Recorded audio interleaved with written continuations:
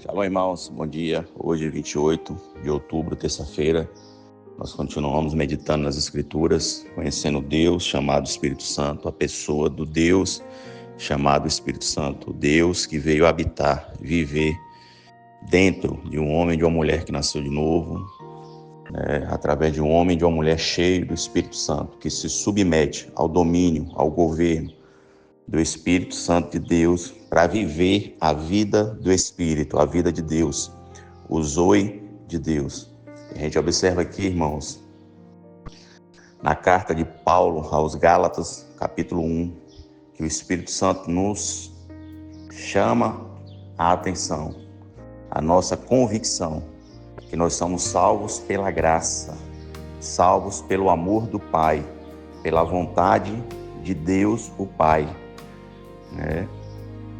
Foi Ele que, por amor a nossas vidas, enviou seu Filho unigênito, Jesus Cristo, a morrer numa cruz para o perdão dos nossos pecados e para nos dar uma nova forma de vida, um novo nascimento. Observe que o Espírito Santo, através da carta de Paulo aos Gálatas, ele está nos exortando a perseverar nessa graça, a perseverar com esse entendimento, a não voltar às velhas práticas, a não voltar às velhas religiões. Observe que o povo de Gálatas foram salvos pela graça, mas ele estava voltando ao judaísmo. O judaísmo estava entrando no meio dele, com práticas religiosas. E Paulo envia uma carta a comando, a instrução do Espírito Santo para exortar a igreja de Gálatas a não profanar, a não deturpar, a não levedar, colocar fermento naquela massa que era pura, no evangelho que era puro, o evangelho de Cristo. Nós somos salvos pela graça de Cristo, por aquilo que Cristo fez, pela obra que Cristo consumou na cruz e o dom da justiça, a justiça que Cristo realizou em nosso favor, em nosso lugar.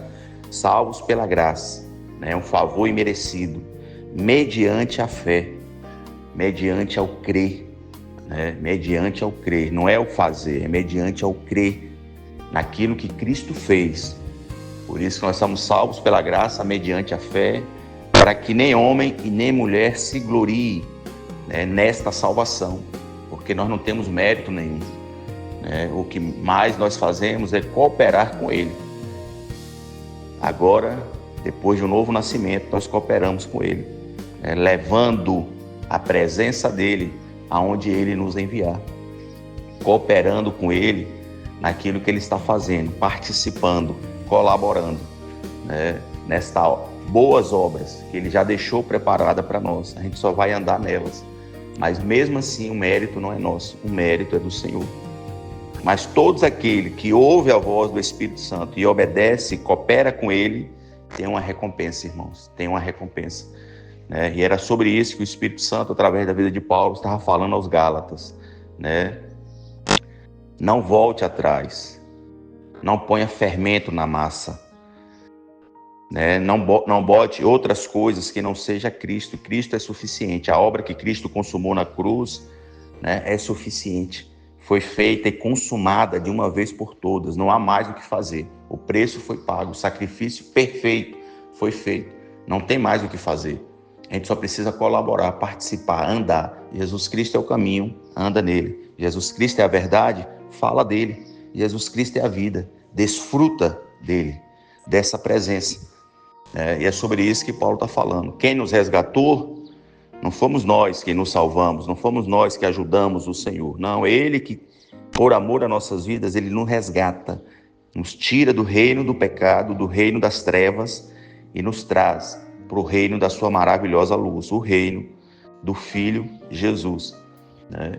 Então é um novo nascimento. E o novo nascimento não tem obra do homem, É um mistério de Deus por amor às nossas vidas. É o ministério do amor. É o mistério do amor, é o poder do amor que transforma o homem e a mulher em uma nova identidade. Não mais criação, não mais criatura, mas filhos amados. Filhos amados. E esse poder transformador é só através do Evangelho de Cristo, do Evangelho da graça. É o poder de Deus. Por isso que é loucura para o mundo. Para nós que conhecemos, é poder de Deus. É milagre, irmãos. É milagre. E o maior milagre é esse, é o milagre da salvação, da transformação, de uma criatura em filho de Deus. Esse é o maior milagre. E o maior testemunho é quando a gente fala da gente mesmo. E Paulo testemunhou isso, de perseguidor do cristianismo por causa do judaísmo. Por causa do judaísmo, ele perseguiu os cristãos. Mas quando ele conheceu a Cristo,